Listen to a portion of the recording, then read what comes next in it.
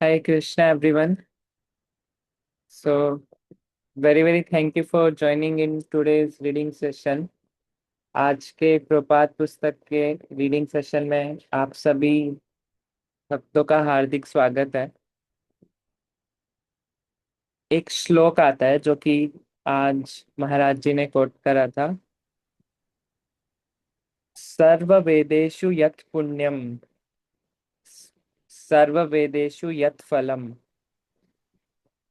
कि जितने भी वेदों में जितने भी पुण्य बताए गए हैं कि ये कार्य करने से ये पुण्य होगा। सर्व वेदेषु यत् पुण्यम सर्व वेदेषु यत् फलम, और जितने भी फल बताए गए हैं सर्व वेदों में कि आप ये कार्य करो तो आपको ये मिलेगा, इनकी पूजा करोगे तो ये मिलेगा, ये रीति रिवाज करोगे तो आपको ये मिलेगा। तो वो सारे के सारे फल, यत् फलम पुरुषो आपनोति, वो सारे के सारे पुण्य और वो सारे के सारे फल प्राप्त हो जाते हैं। कैसे प्राप्त होते हैं? स्तुत्यम, किनकी स्तुति करनी है हमें? देवम जनार्दनम, कि यदि कोई केवल भगवान जनार्दन की स्तुति मात्र करता है तो उसे वो सारे फल, वो सारे पुण्य प्राप्त हो जाते हैं जो कि वेदों में लिखे गए हैं। अनेक अनेक कार्य करने के बाद, तपस्या करने के बाद हमें मिलते हैं। एंड इसी भावना के साथ हम आज हमें आप सभी भक्तों का डिवाइन एसोसिएशन प्राप्त हुआ है कि हम प्रपात की पुस्तक पढ़ सके और उन भगवान की स्तुति कर सके जिनकी स्तुति स्वयं सारे वेद कर रहे हैं, सारे उपनिषद कर रहे हैं, सारे साधु सब कर रहे हैं। तो आप इसी डिवाइन मूवमेंट के लिए, आप देने के लिए आप सभी भक्तों के चरणों में मेरा बारंबार प्रणाम। वाञ्छा कल्पतरुभ्यश्च कृपा सिंधु भैव च पतितनां पावनेभ्यो वैष्णवेभ्यो नमो नमः। सो अभी हम पढ़ रहे हैं very special chapter in the science of self realisation, Mahaprabhu के बारे में कि महाप्रभु कौन है एंड महाप्रभु किस लिए आए हैं यहाँ पर, और हमारा क्या रिश्ता है महाप्रभु से, कौन सी संप्रदाय में महाप्रभु आए हैं। तो लास्ट क्लास से यदि किसी को कुछ, किसी भक्त को कोई एक एक पॉइंट शेयर कर सकता है। हमने, I think we read only 2 pages.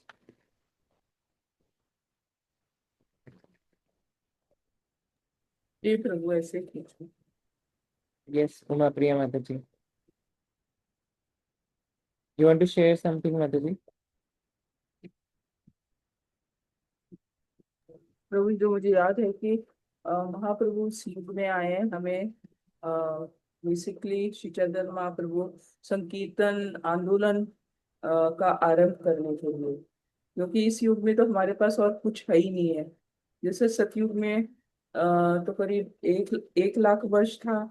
फिर त्रेता युग में 10,000, और फिर द्वापर में 1,000, और यस। इस युग में हमारा 100 100 साल का दिया हुआ है, आयु। लेकिन अब तो कलयुग में तो हम इतना भी जी नहीं पाते। 70 80 हो जाए तो वही बहुत है। तो जैसे पहले इतना तप करते थे, और वो तब जब इतना करते थे ना, ध्यान योग ये सब तो हमारे में सामर्थ्य है ही नहीं है। तो सबसे जो सरल और आसान जो तरीका है, जो भगवान के पास हम पहुंच सकते हैं, भगवान के गोलोक धाम हम जा सकते हैं। महाप्रभु हम एक्चुअली लेने आए हैं, क्योंकि उनको पता है कि हम विसरे भूले उनसे उन्मुख भगवान से हो चुके हैं, अपना रास्ता हम भूल चुके हैं। तो यही सरल उपाय राधा रानी का, राधा रानी का वाणी और रंग, रंग का एक शब्द है ना, आई फॉरगेट इट। महाराज, गुरु महाराज ने एक बहुत अच्छा शब्द बताया था। तो वो रूप और रंग लेके आए हैं, और वो भी वो आस्वादन करना चाहते थे कि ऑफकोर्स ये टेक्स्ट में नहीं है, मैं जस्ट एक एडिशनल ऐड कर रही हूँ इसमें। तो वो रंग और रूप लेके आए हैं, वो भक्त के रूप में आए हैं हमारे पास, कि जिसमें वो जैसे जब जैसे राधा रानी जब स्वाद देती थी एज अ भक्त, तो वो भी उस स्वाद की उनको कैसे फील होता है, कैसे लगता है राधा रानी को, तो इसलिए उनका रंग और रंग और भाव लेके आए हैं। तो कांति। हमारे हाँ, इतना कांति भाव है उद्धार, ना। क्या बोल रहे हो माता जी?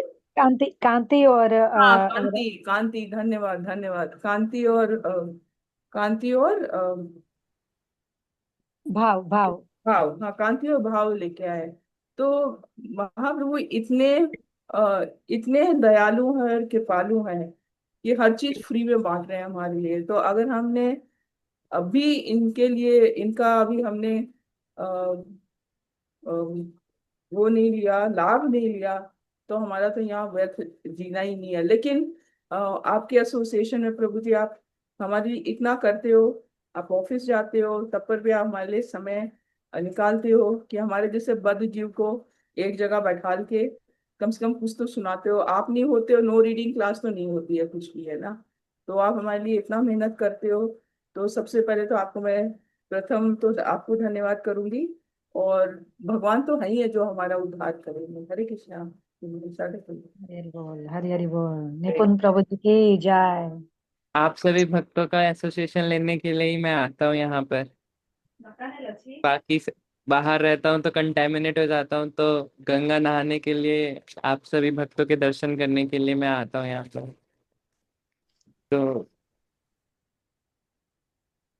जैसे माता जी ने बताया महाप्रभु क्यों आए हैं और किस वेश में आए हैं, क्या कर्म कर रहे हैं, जन्म कर्म चमे दिव्यम, और किस लिए आए हैं, परित्रणाम साधु नाम, साधु को तारने के लिए आए हैं, बट विनाशाय च दुष्कृताम। लेकिन जो इस बार जो भगवान आए हैं, वो उनका संहार करने नहीं आए हैं कि उनको मार ही देंगे। उनके अंदर जो दुष्प्रवृत्ति है, यानी कि बैड हैबिट्स हैं, उन्हें सुधारने आए हैं। जैसे एक बच्चा यदि गलती करता है, तो पेरेंट्स के पास दो ऑप्शन है। पहला ऑप्शन है कि उसको मारो पीटो, घर से निकाल दो। दूसरा दूसरा ऑप्शन है प्यार से उसको समझा दो। तो इस बार भगवान समझाने के लिए आए हैं, सिखाने के लिए आए हैं। तो यही हम रीड कर रहे थे चैतन्य महाप्रभु। एंड एक महाप्रभु का प्रणाम मंत्र है, जो कि हम प्रणाम मंत्र में बोलते हैं, नमो महावदन्याय कृष्णा प्रेमा प्रदायते कृष्णाय कृष्ण चैतन्य नामने गौरे विषय नमः। तो नमो महावदन्याय, कि नमो मतलब नमो, न का मतलब होता है न मैं, यानी कि जब भी हमें हम्बल मूड लेना होता है, तो हम अपने आप सेल्फलेस हो जाते हैं। तो नमो का मतलब सेल्फलेस लेके सामने वाले की हम नमो कर रहे हैं, वो प्रणाम कर रहे हैं। किनका प्रणाम कर रहे हैं? नमो महावदन्याय। वदन्याय मतलब मर्सीफुल, और महावदन्याय मतलब एक्सट्रीमली मर्सीफुल, मतलब जिसकी कोई सीमा नहीं है, उतना मर्सीफुल, उतना कृपालु। लेकिन कृपालु किस लिए? इस जगत में भी बहुत लोग होते हैं कृपालु होते हैं, जो कि लंगर बांट रहे होते हैं, कुछ कुछ लोग गर्मी में ड्रिंक्स बांट रहे होते हैं सड़क पे, बट उनको कृपालु नहीं बोला गया। महाप्रभु को कृपालु बोला गया। नमो महावदन्याय किस लिए कृपालु बोला गया है? कृष्णा प्रेमा प्रदायते, जो इस जगत का है ही नहीं उसको बांट रहे हैं वो। अगर हमें इंडिया में कुछ इंपोर्टेड सामान मिल जाता है, मेड इन यूएसए, या फिर design in California made in China iPhone, या फिर मेड इन यूएसए पर्स, या कुछ भी मिलता है, तो हम कितने खुश हो जाते हैं और वो लोगों को दिखाते हैं कि ये इम्पोर्टेड सामान है। लेकिन महाप्रभु इंपोर्ट कर रहे हैं कृष्णा प्रेम को, not from this world, from spiritual world. गोलोकेरा प्रेम धन, प्रेमा धना हरि नाम संकीर्तना। जो गोलोक का जो टॉप मोस्ट चीज है प्रेम धन, उसको महाप्रभु इंपोर्ट कर रहे हैं। किस फॉर्म में? हरि नाम संकीर्तन की फॉर्म में। तो नमो महावदन्याय कृष्ण प्रेम प्रदायते, सभी को क्या देने आए हैं? कृष्ण प्रेम। कृष्णाय कृष्ण चैतन्य, इसका अर्थ किसी को पता है? नामने गोरे विषय नमः। कृष्णा या कृष्ण चैतन्य मतलब आप कृष्ण है पर कृष्ण चैतन्य के नाम से आए हैं। कृष्णा या कृष्ण चैतन्य गौर त्विषे नमः। अब कैसे आए हैं? त्विष मतलब रंग, किस रंग से? गौर रंग से आए हैं। कृष्णा या कृष्ण चैतन्य गौर त्विषे नमः, मतलब आप कृष्ण हैं पर गौर कृष्ण चैतन्य के नाम से आए हैं, और कैसे आए हैं? गौर बनकर आए हैं, तो आपको नमस्कार है। इसका अर्थ यह है। हरि बोल। यस, थैंक यू माता जी। सो जैसे माता जी ने बताया, कृष्णाय कृष्ण चैतन्य, है वो कृष्णा लेकिन बनकर आए हैं वो कृष्ण चैतन्य बनकर आए हैं। उनका नाम कुछ इस बार दीक्षित नाम है उनका, कृष्ण चैतन्य नाम ने, उनका नाम है गोरे, गौर कलर त्विषे नमा, तो उनको नमस्कार। तो ये महाप्रभु का प्रणाम मंत्र है। तो next paragraph we can read. इसलिए श्रीमद् भागवतम में यहाँ से रीड करना है। Anyone wants to read today? Khushbu माता जी, यू वांट्स टू रीड?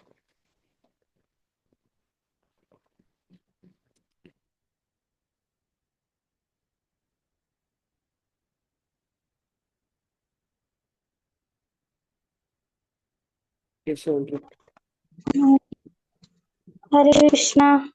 हरे कृष्ण। हरे कृष्णा। हरे कृष्णा। जी जी प्रभु जी, मैं रीड कर सकती हूँ। आपके पास बुक है माता जी? नहीं प्रभु जी। कोई बात नहीं, मैं फटाफट स्क्रीन शेयर कर देता हूँ।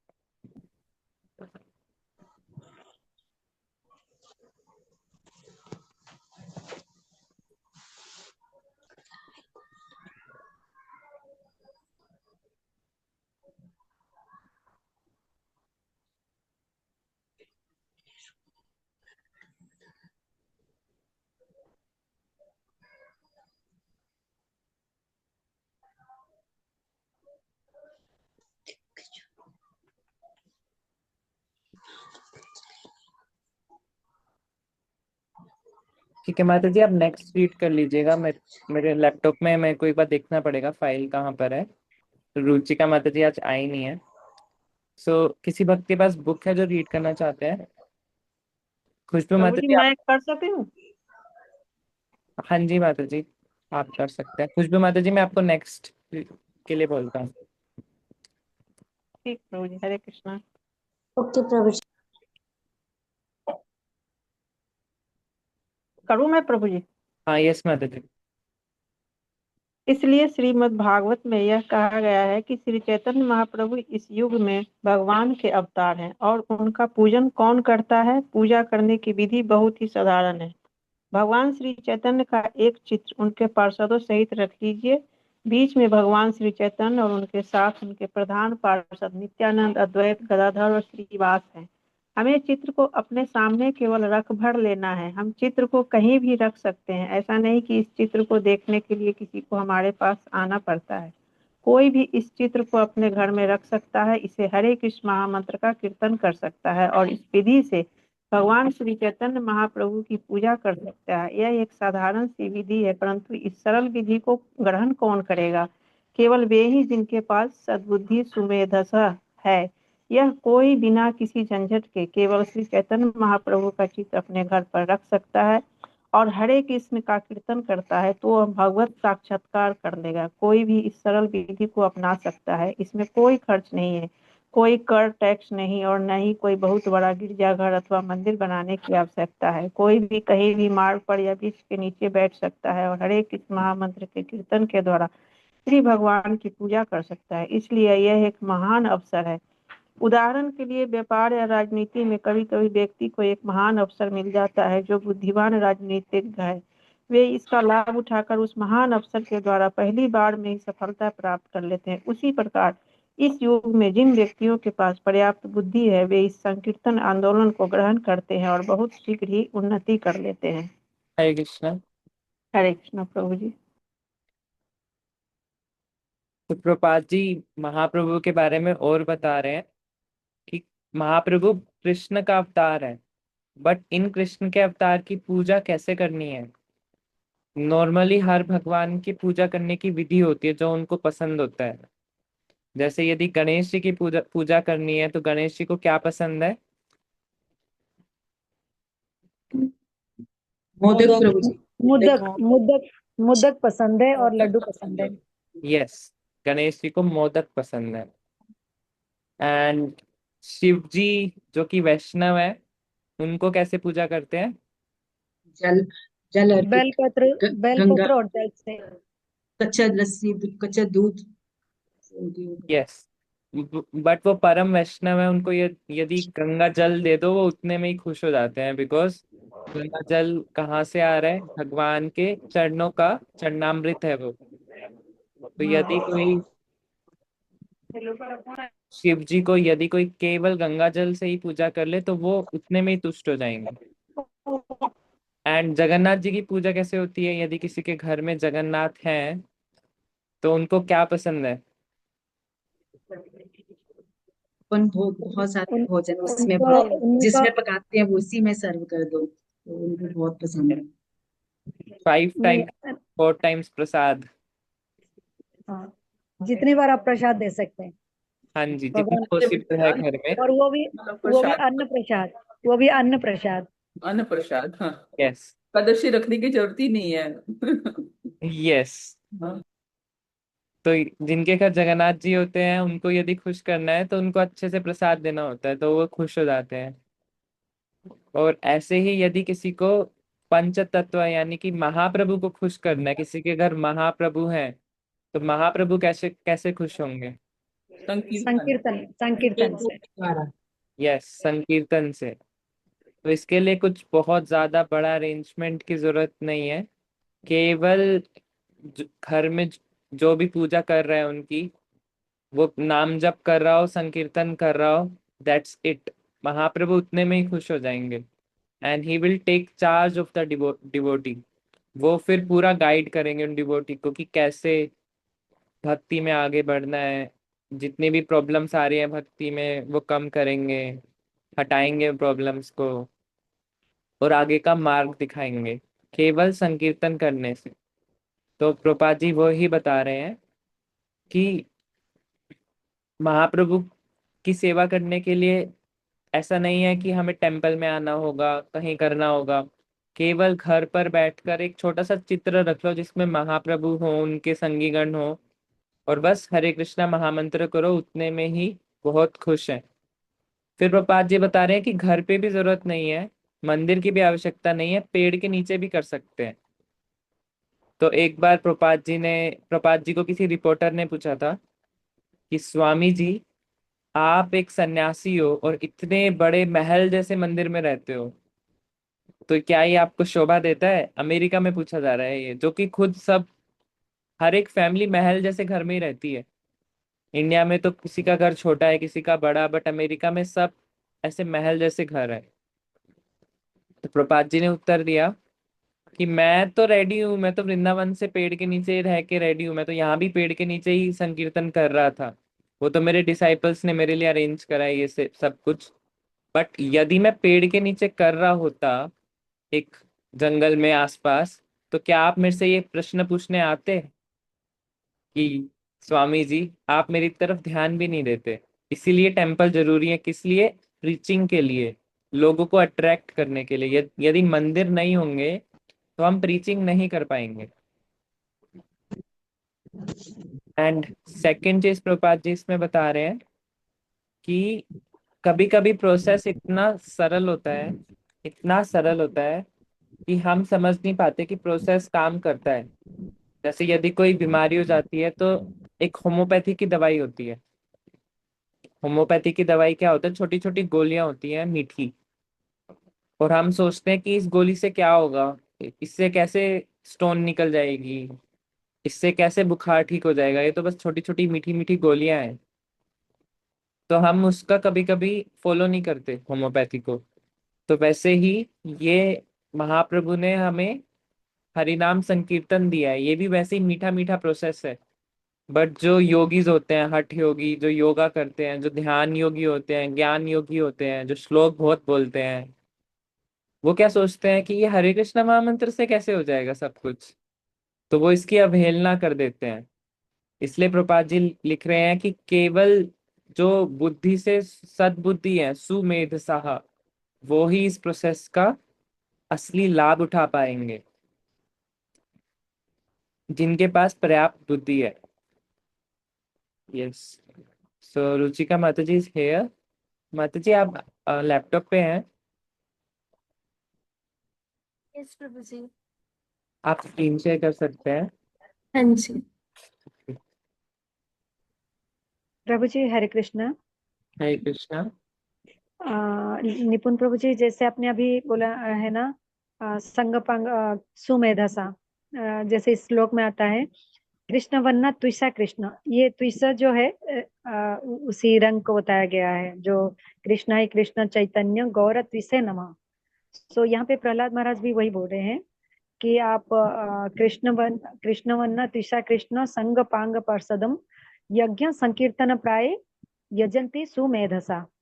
सो इसमें भी वही बोल रहे हैं, प्रहलाद महाराज सतयुग में बोले थे कि कलयुग में ऐसे आएंगे संग पांग के साथ, अपनी संगी पार्षद के साथ आएंगे। और कैसे आएंगे? कृष्ण होंगे बट त्रिषा कृष्ण, कृष्ण वर्ण त्रिषा कृष्ण, वो कृष्ण वर्ण के नहीं होंगे, त्रिषा कृष्ण के मतलब कृष्ण वर्ण के नहीं होंगे, कृष्ण होंगे बट कृष्ण वर्ण के नहीं होंगे। संग पांग पार्षदम, और संग और उपांग, संग और उपसंग संग पांगो पार्षदम, और अपनी संगी के साथ सारी पार्षदों के साथ आएंगे। और क्या करेंगे? यज्ञ संकीर्तन प्राय, यज्ञ करेंगे, संकीर्तन यज्ञ, यज्ञ संकीर्तन प्राय यजंती सुमेधसा। और उसको कौन कौन करेंगे? सुमेधसा, जो वेरी इंटेलेक्चुअल पर्सन होंगे वही इसी संकीर्तन मूवमेंट को फॉलो करेंगे। तो इसी का अर्थ यह बताया गया है प्रभु जी। थोड़ा आप इसका भी श्लोक निकाल कर देखिएगा ना, तो मुझे याद आया तो मैंने बता दिया। हरे कृष्णा, हरि बोल। थैंक यू माता जी फॉर शेयरिंग दी। कहाँ से ये पैराग्राफ प्रभुपाद जी लिख रहे हैं, तो माता जी ने श्लोक बताया है, तो वो मैं श्लोक का लिंक, वेदाबेस का लिंक ग्रुप पर डाल दूंगा। ये पैराग्राफ कहाँ से लिखा है प्रभुपाद जी ने। तो प्रभुपाद जी कुछ भी पैराग्राफ लिखते हैं वो किसी शास्त्र के आधार पर ही लिखते हैं। तो थैंक यू माता जी फॉर शेयरिंग। हरे हरे कृष्णा। माता जी कैन यू शेयर? पुष्प माता जी योर हेयर। कृष्ण जी जी अच्छा, ओके। से पढ़ना है चित्र। आपको यहाँ से पढ़ना है। भगवान श्री चैतन्य महाप्रभु को गौर सुंदर कंचन वर्णी। हरे कृष्णा। हरे कृष्णा। हरे कृष्णा जी, नो प्रॉब्लम। कौन सा चैप्टर चल रहा है आप ये? भगवत प्रेम का अवतार, चैप्टर नंबर आई थिंक 18 है। 18। Thank you. माता जी आई थिंक ये, भगवान श्री यस खुशबू माता जी, if you find the book आप रीड कर सकते हैं। भगवान श्री चैतन्य प्रभु जी गौर सुंदर कंचन वाणी आता है, अवतार कर ये ऑफ कर अवतार सकते उत्तर हैं, वॉइस ब्रेक या कर। हरे कृष्णा। हाँ जी, आप अभी आ वीडियो रही है ठीक? हैं? हाँ, वीडियो ऑफ करोगे तो आ जाएगी।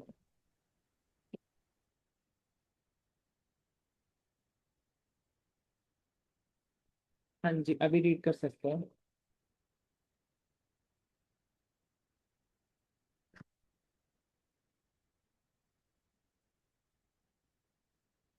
हरे कृष्णा।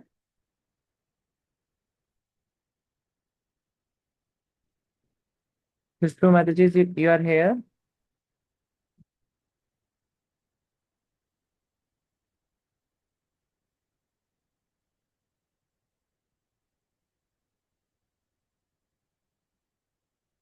आई think she dropped off. Uma Priya माता जी आप पढ़ सकते हैं। हरे कृष्ण प्रभु सादर प्रणाम। सभी भक्तों को सादर प्रणाम। जगत गुरु श्रीपाद की जय। भगवान श्री चैतन्य महाप्रभु को गौर सुंदर कंचन वर्णी अवतार कहा जाता है। अवतार का अर्थ है अवतरण करना या नीचे। जिस प्रकार कोई व्यक्ति भवन, मंदिर या तो भी मंजिल से नीचे आ सकता है, उसी प्रकार एक अवतार पर व्योम चिद- चिदाकाश के लोगों के नीचे आता है। यह आकाश जो हम अपने नेत्रों से या दूरबीन टेलीस्कोप के द्वारा देखते हैं वह केवल भौतिक आकाश है, परंतु इस आकाश से परे एक दूसरा आकाश है जिसे अपने नेत्रों अथवा किसी यंत्रों के द्वारा देख पाना संभव नहीं है। वह जानकारी भगवत गीता में है, यह कोई कल्पना नहीं है। भगवान श्री कृष्ण कहते हैं कि इस भौतिक आकाश के परे एक दूसरा आकाश है जिसे परव्योम चिताकाश कहते हैं। हमें भगवान श्री कृष्ण के वचनों को यथारूप ग्रहण करना है। उदाहरण के लिए हम छोटे बालकों को शिक्षा देते हैं कि इंग्लैंड के परे जर्मनी और भारत नामक अन्य स्थान है, और बालकों को इन स्थानों के विषय में शिक्षक के माध्यम से सिखाना पड़ता है, क्योंकि वे स्थान उनकी बुद्धि से परे है। इसी प्रकार इस भौतिक आकाश के परे एक दूसरा आकाश है। हम उसे जानने के लिए उसके विषय में कोई प्रयोग नहीं कर सकते। जिस प्रकार की एक छोटा सा बालक जर्मनी अथवा भारत को ढूंढने के लिए कोई प्रयोग नहीं कर सकता, यह संभव नहीं है। यदि हम ज्ञान प्राप्त करना चाहते हैं तो हमें अधिकारी महाजन को स्वीकार करना ही पड़ता है। उसी प्रकार यदि हम यह जानना चाहते हैं कि इस भौतिक जगत के परे क्या है, तो हमको वैदिक प्रमाण को स्वीकार करना ही पड़ेगा। ना नहीं तो उस विषय को जानने की कोई संभावना नहीं है। यह भौतिक ज्ञान के परे है। इस एक ब्रह्मांड में ही दूर स्थित लोगों में नहीं जाया जा सकता, तो फिर इस ब्रह्मांड के परे जाने के विषय में तो कहना ही क्या। यह गणना की गई है कि आधुनिक यंत्रों सहित इस ब्रह्मांड के सर्वोच्च लोक में जाने के लिए व्यक्ति को 40,000 प्रकाश वर्षों तक यात्रा करनी पड़ेगी। तो हम इस भौतिक आकाश के क्षेत्र तक भी यात्रा नहीं कर सकते। हमारे जीवन और साधन इतने सीमित हैं कि हमें इस भौतिक जगत के विषय में भी यथाचित ज्ञान नहीं हो सकता। हरे कृष्णा। हरे कृष्ण प्रभु जी, साधु प्रणाम, धन्यवाद। हरे कृष्णा। तो अभी प्रपात जी हमें बता रहे हैं स्पिरिचुअल वर्ल्ड के बारे में। हम कुछ कुछ डिवोटीज प्रश्न पूछते हैं कि हमें कैसे पता लगेगा कि एक्चुअली में एक आध्यात्मिक संसार, एक स्पिरिचुअल वर्ल्ड है। डाउट आता है ना, हमने तो देखा नहीं कभी, ना ही हमें स्कूल में पढ़ाया गया, तो हम कैसे मान लें? तो उसको देखते हैं।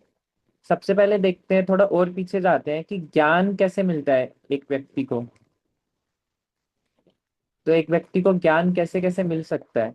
तो शास्त्रों में आता है 3 तरीके से ज्ञान मिल सकता है। पहला ज्ञान है प्रत्यक्ष प्रमाण। प्रत्यक्ष कैसे मिलेगा? यदि वो स्वयं ही देखकर, सुनकर, महसूस करके कोई ज्ञान लेता है तो उसे हम बोलते हैं प्रत्यक्ष प्रमाण। यदि कोई व्यक्ति देख रहा है कि चीजें नीचे गिर रही हैं तो उसका एक्सपीरियंस से उसको ज्ञान मिल रहा है, तो ये है प्रत्यक्ष प्रमाण। सेकंड ज्ञान आता है अनुमान प्रमाण। अनुमान प्रमाण क्या होता है कि कोई व्यक्ति तुक्का लगाए या सोचे कि कैसे होगा ये, और कुछ भी जो भी उसके मन में आ रहा है उसको समझ ले कि हो सकता है शायद ऐसा हो, अनुमान लगा रहा है वो। तो इस ये सेकंड वे होता है ज्ञान प्राप्त करने का, अनुमान प्रमाण। और थर्ड वे होता है टू गेट द नॉलेज। तीसरा माध्यम है हमारे पास शब्द प्रमाण। शब्द प्रमाण क्या होता है? यदि कोई अथॉरिटी से हम सीखें, या यदि कोई हमें सिखाए, या हम कहीं से पढ़ें, शब्द प्रमाण, शब्दों के माध्यम से यदि कोई हमें बताए तो उसे बोलते हैं शब्द प्रमाण। तो क्या लगता है, यदि कोई प्रत्यक्ष प्रमाण कर रहा है तो क्या उसे सही ज्ञान मिलेगा? प्रत्यक्ष प्रमाण मतलब यदि मैं आंखों से देख सकता हूं तो वो ज्ञान है। तो आंखों से क्या हम रेडियो वेव्स को देख सकते हैं, जिससे रेडियो, मोबाइल्स, एवरी सब कुछ चल रहा है? मेरी आंखें तो बोल रही है ना कि यहाँ पर कुछ नहीं है, बट रेडियो वेव्स हैं यहाँ पर, हम बात कैसे कर रहे हैं?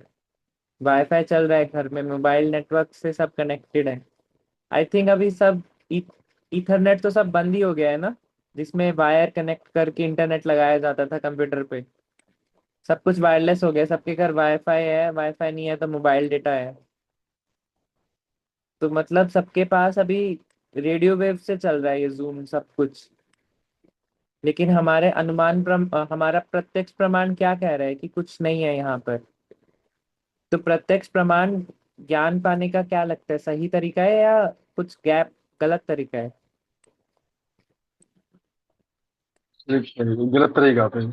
गलत तरीका है। तो तो इंद्रियां पूर्ण है ना। It is only an estimation. Gap है उसमें। हाँ जी। ह- हमारी जो इंद्रियां हैं वो पूर्ण नहीं है, अपूर्ण है, हम सब कुछ नहीं कर सकते अपनी इंद्रियों से। तो क्या लगता है, हम अपनी इंद्रियों से भगवान को ढूंढ सकते हैं? हम स्पिरिचुअल वर्ल्ड को देख सकते हैं, हम जान सकते हैं कि भगवान कैसे हैं, क्या है? तो जो लोग बोलते हैं कि भगवान को हमें दिखाओ, तो वो अपनी पावर से तो प्रधानमंत्री को भी नहीं देख सकते। क्या वो ऑर्डर करेंगे प्रधानमंत्री को आ जाओ तो प्रधानमंत्री वहां प्रकट हो जाएंगे? ऐसा होता है?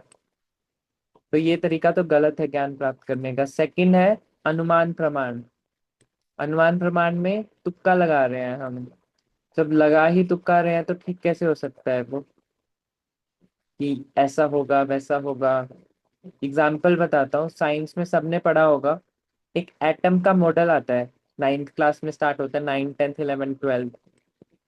तो वो बस आता ही रहता है, बोर एटॉमिक मॉडल, कि एक अणु जो होता है वो ऐसा होगा। बोर बोर से पहले आता है रदरफोर्ड एटॉमिक मॉडल।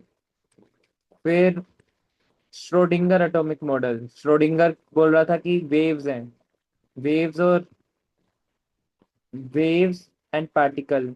फिर श्रोडिंगर के बाद एक और साइंटिस्ट है, वो बोलते हैं कि एटम जो है वो वेव भी है, पार्टिकल भी है। रदरफोर्ड बोल रहे थे कि जो एटम है वो एक वाटरमेलन की तरह है, जिसमें इलेक्ट्रॉन्स जो है वाटरमेलन के सीड्स की तरह भरे हुए हैं। तो इतने तुक्के लगाए और साइंस भी बदलती जा रही है, मतलब वो तुक्का गलत होगा, हो सकता है, एंड हुआ, गलत हुआ। तो ये वाला तरीका भी गलत है। थर्ड क्या है ज्ञान प्राप्त करने का तीसरा तरीका, कैसे हमें ज्ञान मिलता है? यदि कोई हमें सिखा दे जिसको उस चीज का ज्ञान है, अगर उस व्यक्ति जिससे हम सीख रहे हैं उसको परफेक्ट ज्ञान हुआ और उसने हमें एज इट इज सिखा दिया, तो हमें एक्चुअल चीज के बारे में नॉलेज मिल जाएगी, बिल्कुल एक्चुअल, उसमें कोई भेद नहीं होगा, कोई शंका नहीं होगी। फॉर एग्जाम्पल, एक वॉशिंग मशीन कैसे काम कर रही है, मैं नहीं जानता, कोई व्यक्ति नहीं जानता। पहला तरीका है हम अपनी आंखों से देख लें प्रत्यक्ष और तुक्का मारे, बट इसमें गलती हो सकती है ना, गलत तरीके से चलाएंगे, हो सकता है वॉशिंग मशीन खराब हो जाए। बट यदि हम वॉशिंग मशीन के साथ एक बुकलेट आती है कि उसको प्रयोग कैसे करना है, यदि हम उसको पढ़ लें तो हमें समझ में आ जाएगा कैसे प्रयोग करना है। तो वैसे ही हमारे पास शास्त्र हैं जो भगवान ने भेजे हैं हमारे पास, ताकि हम पढ़ कर समझ लें। फिर भी नहीं समझ में आए तो भगवान ने कहा कि मैं आपको मेरा रिप्रेजेंटेटिव गुरु भी भेज देता हूँ, जो आपको पढ़ के समझा देंगे कि कैसे करना है। और केवल समझा नहीं देंगे, खुद भी एग्जाम्पल से सिखाएंगे। फिर भगवान को लगा कि उनको वो भी नहीं समझ में आएगा, तो एक काम करता हूँ, मैं भी आ जाता हूँ सिखाने के लिए अपने एग्जाम्पल से। तो भगवान महाप्रभु बनकर आ गए और अपने आचरण से सिखा रहे हैं कि जीव को कैसे रहना है। तो अब इस पैराग्राफ पे चलते हैं। तो इस पैराग्राफ में प्रश्न ये है, सबसे पहले अवतार के बारे में प्रपात जी बता रहे हैं कि अवतार का मतलब क्या होता है। अवतरण, अवतरण यानी कि लैंडिंग, जैसे एरोप्लेन लैंड करता है ना, लैंडिंग हमेशा ऊपर वाले प्लेनेट से होती है, कोई ऊपर जगह से। तो जब भगवान इस पृथ्वी पर आते हैं तो हम बोलते हैं भगवान जो आए आए हैं अवतार लेकर, लैंड होकर आए हैं। और हर बार भगवान अलग ड्रेस पहन के आते हैं, लेकिन कभी कभी नर्सिंग ड्रेस पहनकर आ गए, हैं वो भगवान ही बट नर्सिंग रूप में आए हैं। लेकिन कभी कभी स्वयं भगवान आ जाते हैं विदाउट एनी ड्रेस, जैसे वो एक्चुअली हैं। तो उस उनको हम बोलते हैं स्वयं भगवान कृष्ण। और जब वो महाप्रभु बनकर आते हैं तो वो भी उनकी एक्चुअल ड्रेस है, क्योंकि गौर सुंदर is non different from Krishna. तो हम बोलते हैं कि महाप्रभु आए हैं, यानी कि स्वयं कृष्ण आए हैं। फिर प्रभुपाद पूछ रहे हैं कि हमें ये सब जो श्री कृष्ण के वचन है उनको यथारूप ग्रहण करना है। यदि किसी को किसी हमें जैसे बहुत शौक होता है कि किसी फॉरेन कंट्री जाना है, जर्मनी जाना है, इंग्लैंड जाना है, कनाडा जाना है। पंजाब में तो बहुत होता है ना, कनाडा जाएंगे। और अमेरिका जाना है। लेकिन अमेरिका की नॉलेज हमें कैसे मिलती है? शब्द के माध्यम से, कि अमेरिका ऐसा है। जो वहां पर गया है वो हमें बताता है अमेरिका वैसा है। हम खुद से तुक्का नहीं मारते। उसी प्रकार यदि हमें स्पिरिचुअल वर्ल्ड के बारे में समझना है तो उनसे नॉलेज लेनी है जो वहां से आए हैं, या जिन्होंने वहां के दर्शन करे हैं, या फिर जिन्होंने स्पिरिचुअल वर्ल्ड के बारे में अपने गुरु से सुना है। चाहे वो हो सकता है वहां खुद वहां कभी गए ना हो, बट क्योंकि उन्होंने सुना है अपने गुरु से और वो एज इट इज बता रहे हैं, तो वो हमें बिल्कुल सही जानकारी देंगे। इसके लिए हमें कोई प्रयोग करने की जरूरत नहीं है। कुछ साइंटिस्ट बोलते हैं ना कि मैं भगवान को ढूंढने के लिए एक्सपेरिमेंट करूंगा। यदि कोई हमें actual as it is knowledge दे रहा है तो हमें कोई एक्सपेरिमेंट करने की जरूरत नहीं है। प्रभात जी ये बता रहे हैं, जो महाजन हमें बता रहे हैं हमें उसको एज इट इज एक्सेप्ट करना है। तो दोनों चीज, दोनों जगह से एज इट इज होना चाहिए, ज्ञान भी एज इट इज आना चाहिए। यदि वहीं पे हम गलत व्यक्ति से ज्ञान ले रहे हैं तो पहले ही ज्ञान जो है वो मिश्रित है, तो हमें एक्चुअल ज्ञान नहीं मिलेगा।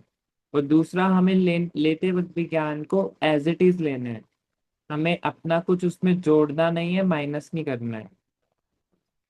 तो दोनों साइड से एज इट इज होता है, Bhagavad Gita as it is. तो एक और वर्ड आना चाहिए ऐसे, डिसाइपल एज इट इज। ऐसा नहीं होना चाहिए डिसाइपल ऑन सोशल मीडिया। कुछ होते हैं ना आजकल बहुत ज्यादा फोटोज खींच के, टेम्पल में सेल्फीज खींच के फेसबुक इंस्टाग्राम पे डाल देते हैं। तो वो एज इट इज भक्ति कहाँ है? वो तो शो ऑफ भक्ति है। मैं सभी को प्रश्न नहीं कर रहा, कुछ कुछ बहुत एडवांस डिवोटीज हैं जो केवल प्रीचिंग के लिए डालते हैं, but most of the common Janata likes के लिए भी डालते हैं। तो उससे हमें बचना चाहिए। और भौतिक जगत से परे भी स्पिरिचुअल वर्ल्ड है, उसको हम खुद से नहीं जान सकते। इसका एक और एग्जाम्पल प्रपात जी दे रहे हैं। तो बहुत सारे प्लैनेट्स हैं जहां पर पहुंचने के लिए साइंस बोलती है कि हमें टाइम लगेगा। कितना टाइम लगेगा? 40,000 प्रकाश वर्ष, 40,000 लाइट ईयर्स। लाइट ईयर्स क्या होता है? प्रकाश की गति क्या है? 3 × 10⁸ मीटर पर सेकेंड, यानी कि 30 करोड़ मीटर्स पर सेकेंड। इतनी प्रकाश की गति है। यदि कोई प्रकाश की गति से चले कितने समय तक? 40,000 वर्ष तक, तब जाके वो किसी दूसरे ग्रह पे पहुंचेगा। हमारे केवल 8 प्लेनेट की बात नहीं कर रहा, कुछ कुछ प्लेनेट ऐसे मिले हैं साइंटिस्ट को जिनका डिस्टेंस कितना है? प्रकाश की गति से चलेंगे तो 40,000 साल वर्ष लगेंगे। तो यदि किसी एस्ट्रोनॉट को भेज दिया स्पेसशिप में, वो तो 100 साल से पहले बूढ़ा होकर स्पेसशिप में ही मर जाएगा, 40,000 साल तक जिंदा कैसे रहेगा? तो क्या यदि उस प्लेनेट पे पहुंचना पॉसिबल है? पॉसिबल ही नहीं है। तो भौतिक जगत, यूनिवर्स में पहुंचना पॉसिबल नहीं है हमें, दूसरे यूनिवर्स में। तो आध्यात्मिक यूनिवर्स तो भूल ही जाओ। तो यदि किसी को आध्यात्मिक यूनिवर्स में यदि पहुंचना है, तो केवल एंड केवल गुरु के माध्यम से ही पहुंच सकते हैं, जो कि वहां के दर्शन लेकर आए हैं, जो कि वहां के बारे में हमें बता सके कि कैसे जाना है। यही प्रपात जी हमें बताना चाह रहे हैं। तो इन कंक्लूजन, हमें उन व्यक्ति से ज्ञान लेना चाहिए जिनको वहां के बारे में एक्चुअली पता है, या उन्होंने अपने खुद के दर्शन करे हैं, और या फिर उन्होंने अपने गुरु से सुना है। ओके, एक और पैराग्राफ पढ़ सकते हैं।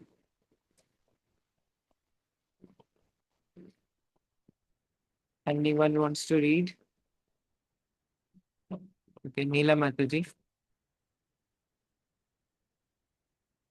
हरे कृष्ण प्रभु जी।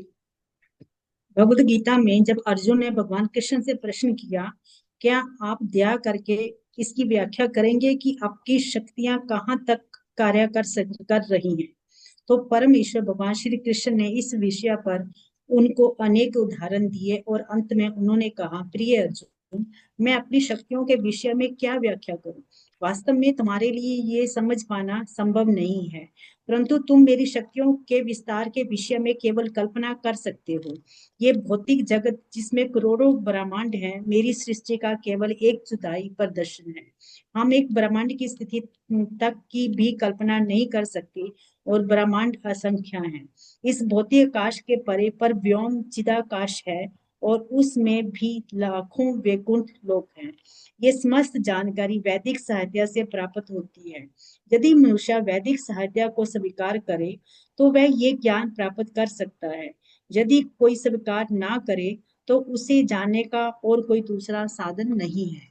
ये हमारा चुनाव है। इसलिए वैदिक सभ्यता के अनुसार जब कभी भी एक आचार्य प्रवचन देते हैं तो वह तत्काल वैदिक साहित्य से संदर्भ प्रस्तुत करते हैं और तभी अन्य लोग उनके कथन को स्वीकार करेंगे। हाँ, यही सही है। न्यायालय में अधिवक्ता वकील न्यायालय के द्वारा दिए गए पहले के निर्णयों से संदर्भ देता है और यदि उसका मुकदमा ठोस है तो न्यायाधीश उसे स्वीकार कर लेता है। उसी प्रकार यदि कोई वेदों में प्रमाण दे सके तो ये समझा जाता है कि उसकी स्थिति वास्तविक है। आगे पढ़ो प्रभु जी। थैंक यू माता जी फॉर रीडिंग। हरे कृष्ण।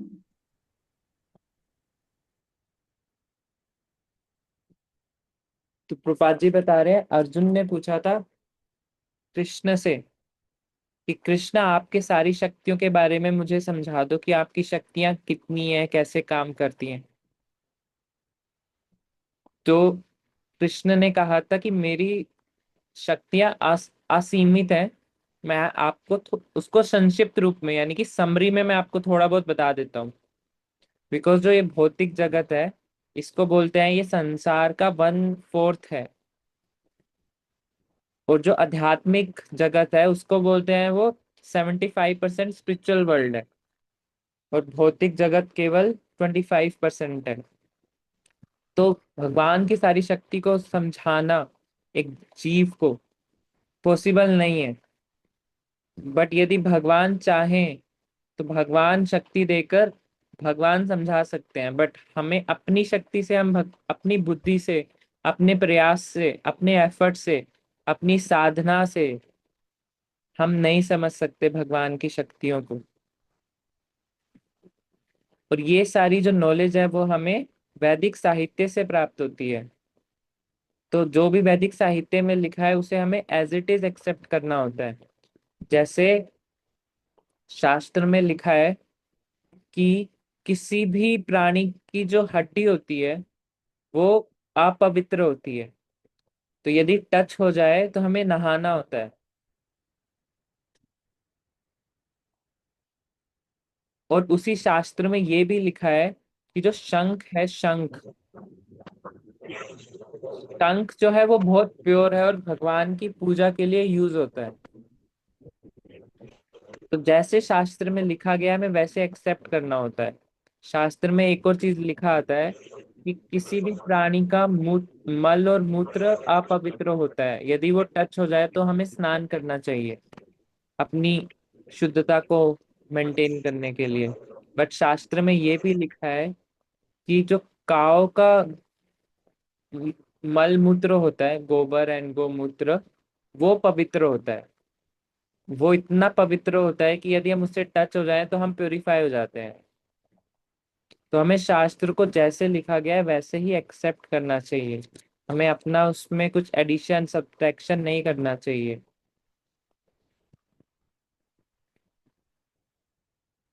तो जो लिखा गया है हमें उसको एक्सेप्ट करना होता है। तो प्रपात जी एक जज का एग्जाम्पल दे रहे हैं कि जो वकील होता है, वकील यानी कि एक लॉयर, वो डिफरेंट डिफरेंट आर्गुमेंट्स देता है जज को कि इस केस में ये हुआ, इस केस में ये हुआ। बट फाइनली कौन उसको फाइनल अथॉरिटी है वहां पर? न्यायाधीश यानी कि जो जज है, वो जो फैसला सुनाता है वो फाइनल अथॉरिटी है।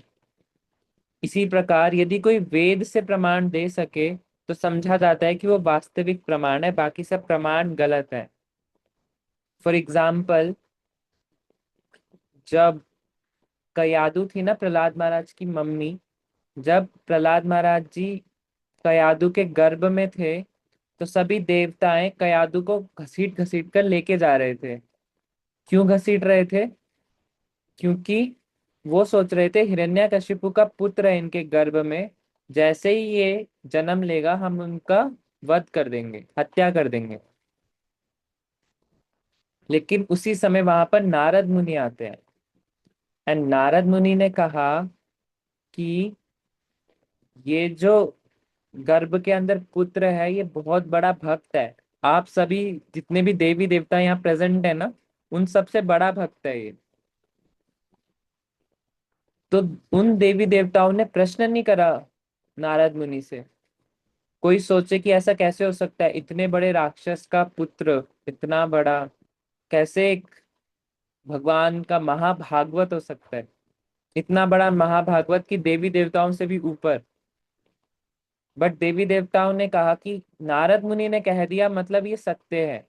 बिकॉज नारद मुनि जो बोलते हैं वो या तो शास्त्र के आधार पर बोलते हैं या फिर बिल्कुल सत्य बोलते हैं। बिकॉज नारद मुनि एक संत है। तो वैसे ही जो शास्त्र में लिखा हुआ है यानी कि पुस्तक भागवत, और जो हमें हम हमारे आचार्य हमें समझाते हैं यानी कि व्यक्ति भागवत, उस पर हमें डाउट नहीं करना चाहिए, हमें उसको एज इट इज एक्सेप्ट करना चाहिए। शास्त्रों में यदि लिखा है कि स्पिरिचुअल वर्ल्ड है मतलब स्पिरिचुअल वर्ल्ड है, ऐसे हमें उसको एक्सेप्ट करना चाहिए। हाँ, हम आचार्य से और समझने के लिए सर्वेंट भाव में प्रश्न कर सकते हैं, बट वो प्रश्न चैलेंज नहीं होना चाहिए, चैलेंजिंग वे में नहीं होना चाहिए, एक्सेप्टिंग वे में होना चाहिए। तो इसीलिए इसी तरीके से प्रपात जी बता रहे हैं कि हमें कैसे समझना चाहिए, क्यों समझना है इन सब स्क्रिप्चर्स को। यदि हम स्क्रिप्चर्स को समझेंगे तो उन्हीं स्क्रिप्चर्स में लिखा गया है कि महाप्रभु आएंगे, कृष्ण आएंगे महाप्रभु अवतार में, फिर हम महाप्रभु को भी एक्सेप्ट कर पाएंगे बहुत इजीली। मेरे को याद है जब मैंने पहली बार महाप्रभु के बारे में पढ़ा था तो लॉकडाउन चल रहा था और मेरे को डाउट हो रहा था कि कैसे ये कृष्णा है। मतलब कोई भी व्यक्ति को थोड़ा बोल सकते हैं कि ये कृष्णा है और मान लूं मैं कृष्णा है। तो मेरे को भी बहुत टाइम लगा था ये एक्सेप्ट करने में कि कृष्णा जो है तुषार कृष्णम, अभी वो डिफरेंट कलर में आ गए हैं। तो स्क्रिप्चर्स पे हमें बहुत फेथ होना चाहिए। फिर कुछ डिवोटीज ने और समझाया तो मेरे को थोड़ा थोड़ा एक्सेप्ट हुआ कि हाँ ये महाप्रभु स्वयं कृष्णा है। और अभी आपके साथ पढ़ रहा हूँ तो थोड़ा थोड़ा और फेथ बढ़ेगा धीरे धीरे, ताकि और अच्छे से हम एक्सेप्ट कर सके कि सुप्रीम पर्सनैलिटी ऑफ गॉड है जो कृष्णा है वो महाप्रभु बनकर आए हैं और वो सभी के हितैषी हैं। और वो स्वयं हितैषी हमारे लिए एक ही एजेंडा लेकर आए हैं कि हमें हरि नाम करना है। यदि वो हमारे हितैषी हैं तो हमारे लिए बेस्ट स्कीम लेकर आएंगे। हो सकता है हमारे घर पर अलग अलग व्यक्ति आते हैं, घर पर अलग अलग स्कीम लेकर, आप ये कर लो, आप ये कर लो, ये खरीद लो, ये LIC का इंश्योरेंस खरीद लो। डिफरेंट डिफरेंट कॉल्स आते हैं, बट वो स्कीम हमारे फायदे के लिए नहीं, उनके फायदे के लिए होती है। बट जो महाप्रभु लेके आए हैं स्कीम, वो हमारे फायदे के लिए है कि हमें हरि नाम संकीर्तन करना है। कली काल में और कोई उपाय नहीं है, और कोई उपाय नहीं है, और कोई उपाय नहीं है। तो इसी के साथ आप सभी भक्त, यदि किसी के पास कोई एडिशन, सब्ट्रैक्शन या कोई भी पॉइंट हो तो आप हैंड रेस करके शेयर कर सकते हैं, कोई भी रियलाइजेशंस। नीलम माता जी, उमा प्रिया माता जी, खुशबू माता जी, नमिता माता जी। यस नीलम माता जी। हरे कृष्णा प्रभु जी। अभी मैं थोड़े दिन पहले अभी लोग इनका ये चैतन्य मंगल पढ़ रही थी, रोचनदास प्रभु जी की, ठाकुर की। उनमें वहां बताते हैं भी भगवान एक बार रुक्मिणी माता माता जी उनके कृष्ण भगवान के पास बैठी थी, उनके चरणों को उन्होंने अपने वक्षस्थल में रख लिया, तो रोना शुरू कर दिया। बहुत रोती हैं, तो भगवान कृष्ण इतने वो होते हैं भी, परेशान होते हैं भी, आप क्यों रो रही हो, क्या कि मैं इतना कठोर हूँ, कैसे कैसे ना बात करती है। फिर उसमें बताती है भी केवल जो आपके चरण है या आपके चरणों की जो सुगंध है सारी दिशाओं में फैल दे, सारी दिशाओं को सुगंधित कर देती है। और आपके जो जो भी व्यक्ति आपके चरण कमलों में प्रेम करता है, उसके मधुर अमृत रस का आस्वादन करता है, वे आपके समक्ष उसकी सराहना करती हूँ। आगे वो कहती हैं, केवल राधा रानी ही प्रेम के मधुर मधुर अमृत रस के विषय में जानती है, वह अकेली ही प्रेम के आनंद का आस्वादन करती है। दिन रात राधा जी के प्रेम रूपी अमृत के विषय में श्रवण करते रहने से भक्तगण आश्चर्यचकित कैसे नहीं हो सकते। फिर आगे कहती है कि राधा रानी ही आपके चरणों की वास्तविक महिमा को जानती है।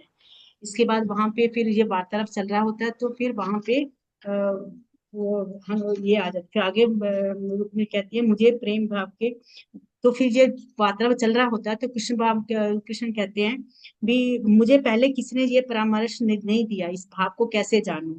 तो कहते हैं, कभी भी किसी ने ये परामर्श नहीं दिया कि मुझे प्रेममय भाव के आनंद का आस्वादन करना चाहिए, जो मेरे भक्त का मेरे प्रति है। मतलब ये राधा रानी का भाव जो है मेरे प्रति है, ये भाव का मैंने कभी भी पहले आस्वादन नहीं किया है। ये वार्तालाप चल रही होती है, तो इतने में वहां पे नारद जी भी आ जाते हैं। तो नारद जी को कृष्ण जी बताते हैं, मैं अभी एक प्रतिज्ञा कर रहा हूँ। क्या प्रतिज्ञा कर रहा हूँ कि मैं ये प्रतिज्ञा करता हूँ कि अपना अत्यंत विमलता का मूर्तिमंत स्वरूप प्रकट करा के मैं स्वयं आध्यात्मिक प्रेम का आस्वादन कराऊंगा, और भौतिक जगत के लोगों को भी इसका आस्वादन करूंगा। मैं स्वयं भगवान ईश्वर होकर अपना ही भक्त बनकर भक्तों के संग में भक्ति करूंगा, और इस जगत के लोगों को भगवत प्रेम का वितरण करूंगा। हरे कृष्ण। हरि बोल। सो माता जी ने बताया कि कृष्णा की प्लानिंग थी कि कृष्णा चाह रहे हैं कि राधा रानी जिस प्रेम का आस्वादन कर रही हैं, वो आस्वादन कृष्णा करना चाहते हैं। और वो चाह रहे हैं कि वो अकेले ना करें, वो सब मिल बांट कर सबके साथ करें। जैसे यदि हम घर पर बर्थडे सेलिब्रेट करते हैं, तो जितने ज्यादा लोग उतना ज्यादा आनंद। नहीं, सिर्फ अगर 2-3 लोग ही हैं तो क्या आनंद है, लेकिन हम आसपास मोहल्ले के सभी बच्चों को बुला लो, फिर होता है आनंद। तो महाप्रभु चाह रहे हैं कि ये जो आनंद है केवल अभी राधा रानी आस्वादन कर रही हैं, बट कह रहे हैं मुझे भी आस्वादन करना है, बट मैं अकेले नहीं करूंगा, सभी के साथ करूंगा। मटेरियल वर्ल्ड में भी यदि कोई भौतिकवादी व्यक्ति ड्रिंक भी करता है, तो वो क्या करते हैं, चीयर्स, सब साथ में पी रहे हैं। तो वो परवर्टेड रूप है स्पिरिचुअल सेलिब्रेशन का, जिसमें सभी को साथ में रखा जाता है, किसी को छोड़ा नहीं जाता। तो उसी प्रेम का स्वादन कराने के लिए महाप्रभु आए हैं। थैंक यू माता जी फॉर शेयरिंग। खुशबू माता जी। हरे कृष्ण जी। वो स्वाद डिलीट हो रहा था मेरे फोन से, क्वेश्चन है मेरा, वो भी काले चला जो मेरे बहुत अत्याचार होता है, तो कृष्ण भोपाल है, कृष्ण हरे कृष्णा। हरे कृष्णा माता जी, आपका थोड़ा नेट वॉइस ब्रेक कर रहा था, आप टाइप कर सकते हैं चैट पे। अभी आ रही है प्रभु जी क्लियर? बेटर है, यस। प्रभु जी कृष्ण गोपाल है तो कृष्ण गाय की रक्षा क्यों नहीं करते कलयुग में? यस, कृष्णा वो रक्षा करने के लिए, धर्म संस्थापन करने के लिए आते हैं। तो माता जी का प्रश्न है कि यदि कृष्ण गोपाल है तो वो कलयुग में गायों की रक्षा क्यों नहीं करते, हमारी गाय को क्यों काटा जाता है एंड क्यों उनको खाना भी नहीं मिलता ठीक से। तो जहां तक मेरी अंडरस्टैंडिंग है कि भगवान बीच बीच में आते हैं धर्म की संस्थापना करने, बट बीच बीच में सकालनेहा महता योगा नष्टा परंतपा, जब धर्म कम होने लगता है समय के कारण और अधार्मिक चीजें बढ़ जाती हैं, तो भगवान अपने स्केड्यूल टाइम में ही आते हैं। तो इस कलयुग में this is world of time of quarrel and hypocrisy, सब लड़ाई और हिपोक्रेसी का टाइम है। तो अभी अधार्मिक चीजें बढ़ेंगी। तो अधार्मिक चीजें तो कलयुग तो स्टार्ट ही ऐसे हुआ था ना, एक बैल को पीटा जा रहा था। तो ये तो कलयुग समय का प्रभाव है, हम उस समय में हैं। बट भगवान ने एक प्लान बना रखा है कि इस कलयुग में धर्म की संस्थापना कैसे करनी है। एक टाइम था जिसमें केवल हम गाय की रक्षा कर कर, प्रेस्क्राइब ड्यूटीज कर कर और गाय की रक्षा करके जो भी उनसे हमें मिला उससे यदि हम भगवान को ऑफर करें तो वो लोग परफेक्ट हो सकते थे। बट आज के टाइम में ये करना बहुत मुश्किल है। एंड भगवान क्यों नहीं रक्षा कर रहे हैं इसका, जो मेरी अंडरस्टैंडिंग है, अभी समय का प्रभाव है। एंड धर्म की संस्थापना भगवान हरि नाम से करना चाहते हैं।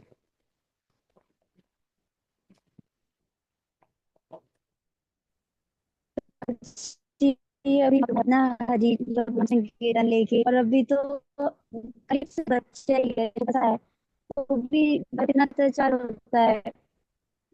क्यों कृष्ण रक्षा करनी चाहिए ना, कृष्ण को तो अपनी गायों की तो करनी चाहिए। यस, आपका भाव तो अच्छा है माता जी। एंड यस, कृष्ण को करना चाहिए रक्षा गायों की। बट समय अभी ऐसा है कि रक्षा, गायों की रक्षा कौन करता है? ब्राह्मणास गाइड करते हैं, क्षत्रिय प्रोटेक्शन देते हैं। असली रक्षा कौन करता है? वैश्य, कृषि, गो रक्षा, वाणिज्य। बट अभी सभी लोग शूद्रा हो गए हैं, तो कोई रक्षा कर नहीं रहे। तो अभी का अगर भगवान को रक्षा करानी होगी तो भगवान रक्षा कैसे कराएंगे यदि सब शूद्र से बढ़कर अपनी प्रिस्क्राइब ड्यूटीज करें? तो वो रक्षा करेंगे। यदि कोई शूद्र हो तो साथ में क्षत्रिय हो, वैश्य हो, ब्राह्मणास हो। लेकिन इस कलयुग में भगवान ने सोचा कि सबको चतुर्वर्ण क्यों बनाना है, सभी को वैष्णव बना दो। तो जब सब हरि नाम लेंगे तो सब वैष्णव बन जाएंगे। और यदि जब वैष्णव बन गए सब, तब सब समझेंगे कि गायों की इम्पोर्टेंस क्या है। माता जी, आपका भाव तो अच्छा है, बट रियलिटी है कि कोई अभी सब शूद्र हो गए हैं। और कलयुग तो स्टार्ट ही ऐसे हुआ है। गाय, क्योंकि गाय को, बैल को मारा गया था, कली मार रहा था बैल को, 3 पैर उनके टूट चुके थे, चौथे पैर पे उन्हें मारा जा रहा था। तब बोला गया था कि कलिकाल आ गया है। तो जो कलिकाल बैल गाय को मारने से हुआ, तो वो कलिकाल का प्रभाव तो रहेगा। क्योंकि भगवान ने, परीक्षित महाराज ने कलिकाल को भी आश्रय दिया था कि ठीक है। तो 4 जगह कलिकाल को प्रभाव आश्रय दिया गया था। तो जब तक वो आश्रय रहेगा कलिकाल का, तब तक गायों की रक्षा करना भी मुश्किल है। इसलिए हरि नाम करेंगे तो सब अपने शूद्र से ऊपर उठकर अपने स्वभाव में आएंगे, फिर गायों की रक्षा करेंगे। अब जहां तक आपका प्रश्न है कि भगवान क्यों नहीं कर रहे हैं गायों की रक्षा, स्वयं भगवान आकर, तो भगवान तो सिखा कर गए थे अभी कृष्णा बनकर कि गायों की रक्षा करनी है, बट जो नहीं कर रहा है फिर उनको कर्म बंधन में वो फंसेंगे और उन्हें उनकी पनिशमेंट मिलेगी। ऐसा नहीं है कि ये बहुत नया है। पुराने टाइम में जब हिरण्यकशिपु था, वो भी तो ब्राह्मणास को मरवा देता था, लेकिन भगवान नहीं आए। भगवान कब वेट कर रहे थे कि जब मेरा भक्त को परेशान करेगा तब मैं आऊंगा। अब आप कहेंगे कि लेकिन वो गोपाल हैं, तो गायों की रक्षा तो वो करेंगे, बट उनका अपना अलग प्लान है, हम जानते नहीं है भगवान का प्लान क्या है। एंड आपका प्रश्न अच्छा है माता जी, मैं एक बार और इसके बारे में सीनियर डिवोटी से पूछकर आपको बताऊंगा। और बताइए। यस माता जी। हरे कृष्ण। हरे कृष्णा। उमा प्रिया माता जी, आपका भी हैंड रेस था ना? नहीं, रेस नहीं था, बट हाँ मुझे एक चीज जब परीक्षा पर जी, जब हम शुरू शुरू में जब पढ़ रहे थे ना, तो तभी मुझे एक पॉइंट बहुत अच्छा लगा कि चैतन्य महाप्रभु या गौर निताई को खुश करने के लिए हमें कुछ भी नहीं चाहिए, स्थान भी नहीं चाहिए। मतलब आप कहीं भी पार्क में कहीं भी मतलब उनको स्थापित करो उनके पार्षद के साथ और संकीर्तन शुरू हो जाए, आप उतने में ही उनको खुश कर सकते हो। जैसे और लोगों के और सब, जैसे इवन राधा कृष्ण के लिए भी हमें कोई स्थान चाहिए, बट इनका तो विधि इतना सरल है और ये सरल भाव के भी बहुत हैं। तो सबसे पहले मेरे ख्याल जो विग्रह हमारे घर में लाना चाहिए तो यही निताई गौर सुंदर का ही लाना चाहिए। So it doesn't need, we don't need anything. Yes, सभी के घर में डीटीज होनी चाहिए, एंड इसीलिए निताय गौर सुंदर की डीटीज एस्कॉन में बोला जाता है लेने के लिए। और या फिर जगन्नाथ, बलदेव, सुभद्रा, सुदर्शन, बट प्रसाद चाहिए होता है उनको, तो फैसिलिटीज होनी चाहिए प्रसाद की ना घर में। फैसिलिटीज इन द सेंस कि हम तो लेते ही हैं प्रसाद, बट उसको थोड़ा शुद्ध तरीके से यदि हम स्वच्छता के साथ प्रिपेयर कर सके, इंटरनली भी एक्सटर्नली भी, मन की स्वच्छता एंड किचन की स्वच्छता, तो फिर अलाउ हो जाते हैं जगन्नाथ जी को घर पे लाने के लिए। विजय प्रभु जी। हरे कृष्ण जी। तो जी मेरी थोड़ी जिज्ञासा ये थी कि जैसे अभी द्वापर में हमारे श्री कृष्ण भगवान आए थे, और त्रेता में श्री रामचंद्र भगवान जैसे आए थे, तो नेक्स्ट टाइम में जैसे द्वापर आएगा तो इनका वर्णन है कहीं पे, आप जैसे जानते हैं तो? कौन आएंगे, किनका इनकारनेशन होगा, कौन अवतार होंगे नेक्स्ट त्रेता युग में? प्रभु जी, शास्त्र में लिखा गया है सब कुछ कि भगवान कब कब आते हैं। तो भगवान प्रत्येक युग में आते हैं और धर्म की संस्थापना करने आते हैं। एग्जैक्टली कौन आते हैं तो उसका अलग अलग लिखा गया है डिस्क्रिप्शन, कौन से मनवंतर के, कौन से मनु के अंडर कौन से भगवान आएंगे। मोस्टली तब आते हैं जब ब्रह्मा जी प्रेयर करते हैं कि बस सर अभी प्रॉब्लम हो रही है, अभी आ जाओ आप। एग्जैक्ट डिस्क्रिप्शन तो प्रभु जी कहाँ किस शास्त्र में है वो तो ढूंढना पड़ेगा, बट यस, हो सकता है भागवतम में किसी चैप्टर में लिखा हो। नमिता माता जी मे टेल बेटर।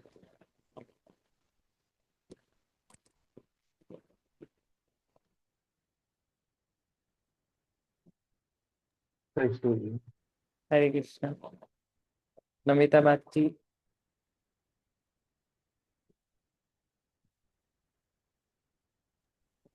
सॉरी प्रभु जी, थोड़ी डिनर में लग गई थी। तो प्रभु जी क्वेश्चन फिर से रिपीट करेंगे प्लीज। यस, प्रभु जी का प्रश्न था कि इस युग में जैसे राम जी आए, कृष्ण आए, तो ऐसा कहीं लिखा हुआ है कि कौन से मनवंतर में कौन से एक्सपेंशन आते हैं भगवान के? हाँ, गर्ग संहिता में आया है। गर्ग मुनि बताते हैं कि चार वर्ण के चार वर्ण के, चार युग में चार वर्ण में भगवान आते हैं। जैसे सतयुग में हंस अवतार में अ, आते हैं वाइट में, और त्रेतया में आते हैं लाल वर्ण में यज्ञ के रूप में, और द्वापर में आते हैं कृष्ण बन करे, कृष्ण कलर में ही, और जो गोल्डन फॉर्म में आते हैं कलयुग में। ये गर्ग संहिता में भी है, और एक और कहीं पे है, मुझे याद नहीं आ रहा, मैंने सुना था। तो इस तरह प्रभु जी मेरी इतनी ही नॉलेज है। ठीक है, थैंक यू माता जी फॉर शेयरिंग दिस। विजय प्रभु जी, गर्ग संहिता आपको पढ़नी पड़ेगी एग्जैक्ट आंसर के लिए तो। थैंक्स। ओके, आज यहीं क्लोज करते हैं। आप सभी भक्तों का बहुत बहुत धन्यवाद आज की बुक रीडिंग सेशन में आने के लिए। पंचाकल्पतरुभ्यश्च कृपा सिंधु बचा पतितनां पावनेभ्यो वैष्णवेभ्यो नमो नमः। अनंत कोटि वैष्णव वृंद की जय, वैष्णव ठाकुर की जय। जय गौर प्रेमानंद।